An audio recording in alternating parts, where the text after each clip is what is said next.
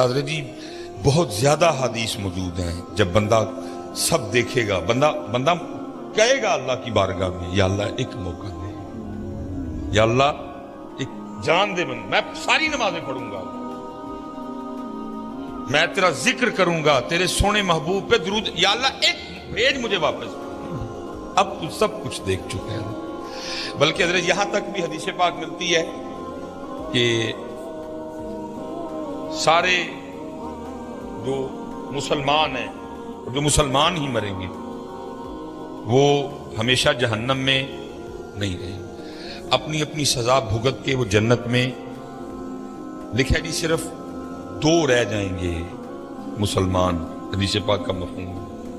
اللہ پاک فرمائیں گے کوئی وجہ دیکھو، بناؤ کوئی وجہ، ان کو بھی جنت میں بھیجو۔ فرشتے نامہ اعمال چیک کریں گے، وہ لکھا جی ان کے نامہ اعمال میں کوئی وجہ ہی نہیں ہے، کوئی۔ فرشتے عرض کریں گے یا اللہ سارا رجسٹر دیکھا ہے، کوئی وجہ نہیں ملی، کبھی انہوں نے کسی بھوکے کو کھانا نہیں کھلایا، کبھی کسی پیاسے کو پانی نہیں پلایا، کبھی کسی یتیم غریب فقیر کچھ ایسا ہے ہی نہیں نامہ اعمال میں۔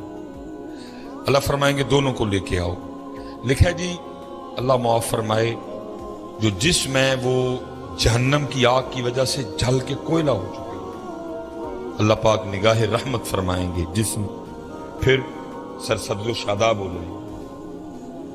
جب وہ دونوں بندے اللہ کی بارگاہ میں آئیں گے نا، تو اللہ پھر دونوں کو حکم دیں گے کہ جہنم میں واپس چھلانگ لگاؤ۔ لکھا جی ایک تو نہ آؤ دیکھے گا نہ تاؤ دیکھے گا، وہ واپس جہنم میں چلا۔ دوسرا کیا کرے گا، وہ تھوڑا سا چلے گا اور پھر رک کے نہ واپس دیکھے گا، پھر چلے گا، پھر رک کے واپس جہنم میں چھلانگ نہیں لگائے گا۔ اللہ پاک فرمائیں گے کہ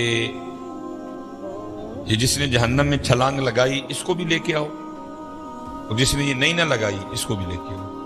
وہ جس نے لگائی ہوگی ظاہر ہے جسم پھر جل چکا ہوگا، اللہ پھر نگاہ رحمت فرمائیں گے جسم۔ اللہ پوچھیں گے وہ بندیا تجھے پتا تھا جہنم بڑی تکلیف دینے والی جگہ ہے تو پھر چھلانگ لگا دی؟ عرض کرے گا رب کریم تو نے مجھے 60 سال 70 سال زندگی دی، اور میں کیسا بد نصیب تھا کہ میں نے تیری ایک بات بھی نہیں مانی ہے۔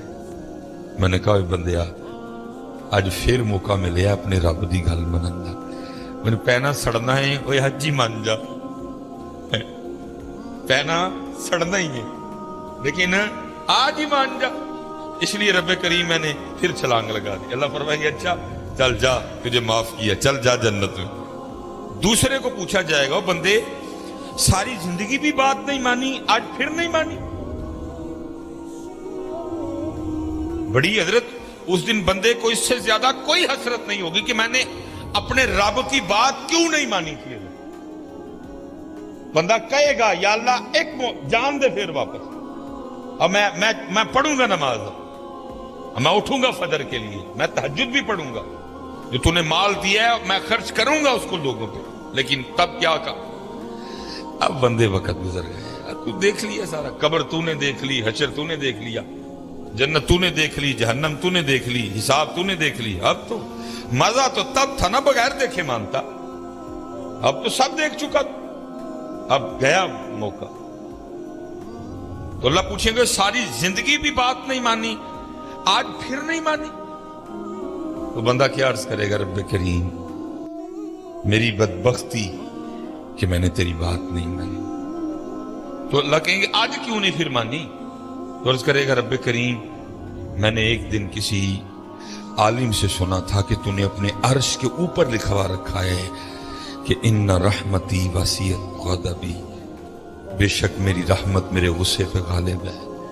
تو جب تو نے حکم دیا نا جہنم میں جانے کا تو میں سمجھ گیا کہ اس وقت معاملہ غصے اور غضب والا ہے، اس لیے تھوڑا سا چل کے رخ کے دیکھتا تھا، ہو سکتا ہے دریا رحمت جوش میں آ چکا اور مجھے معافی مل جائے۔ اللہ فرمائیں گے جا تو اس کو بھی جنت میں لے جاؤ۔